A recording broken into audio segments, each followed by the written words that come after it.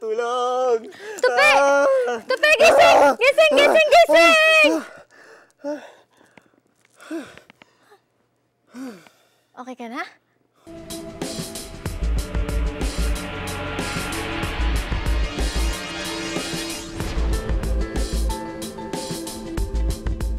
Minsan, naglalakad ako sa isang field.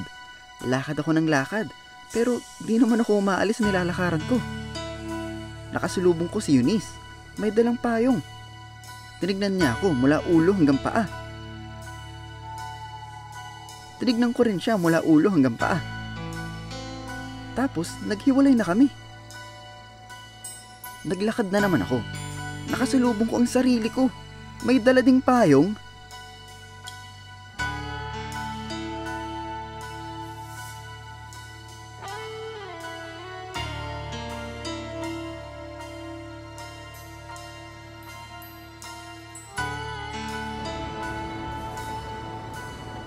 Sa kabilang side ng field, nakasalubong ko si Eunice, naka-shades.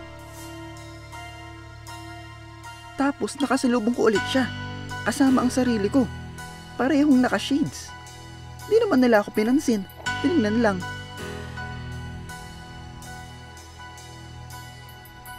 Kaya naglakad ulit ako.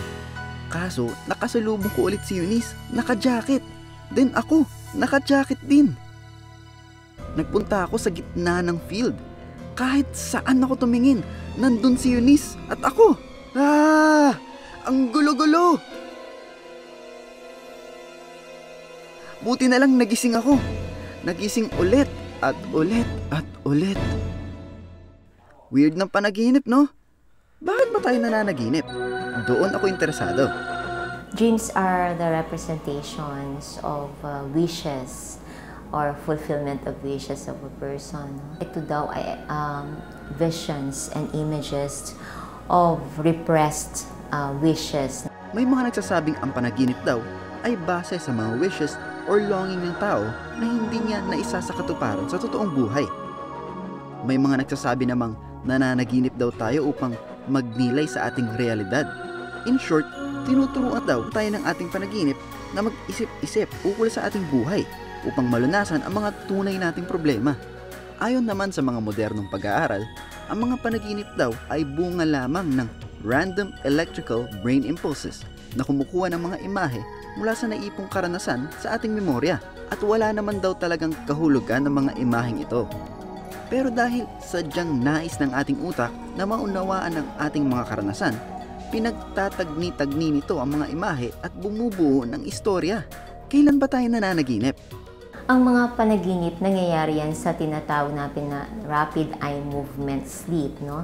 If we have around 7 to 8 hours of sleep, mga 90 minutes of that is REM sleep. Alam nyo bang paralisado o halos hindi gumagalaw ang ating katawan sa panahon ng rapid eye movement sleep stage?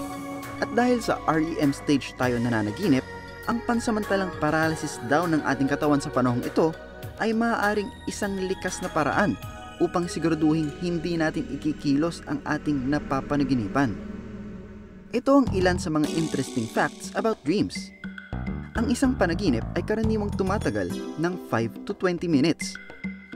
Tayo ay pwedeng managinip in black and white at pwede ring colored.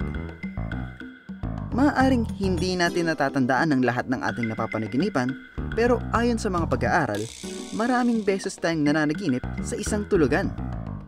Sinasabi rin sa loob ng isang typical lifetime, 6 na taon dito ay nagamit sa pananaginip. At kapag ang isang tao ay naghihilig sa kanyang pagtulog, hindi siya nananaginip sa pagkakataong iyon. Hindi lang tao ang nananaginip, pati hayop nananaginip din. All of us dream, even animals do dream, based on researches, no, on rats. Ang kaibahan lang, ang mga animals naman, they do dream of what happened to them. Ayon pa kay doktora, normal na bahagi ng ating buhay ang pagtulog at panaginip. Pero kung ang isang tao ay nakararanas ng paulit-ulit na nakakatakot na panaginip o yung bad dreams, popularly known as nightmares, mas makabubuting kumonsulta siya sa mga eksperto upang hindi maapektuhan ang kanyang pangkabuuang kalusugan. Paano naman kapag sobra na sa panaginip ang isang tao? May masamang epekto ba ito sa kanya? too much dreaming, meaning to say that this could also not be healthy to an individual because of the fact that it could portray something, no? As we've said, it's a fulfillment of one's wishes when you dream. So, kumbaga, hindi naman puro panaginip lang. We should at least do something with our lives. Oo nga naman. In short, kapag puro panaginip, ibig sabihin, puro tulog. Abay gising na! Kumilos agad upang ang pangarap sa buhay ay maging totoo na.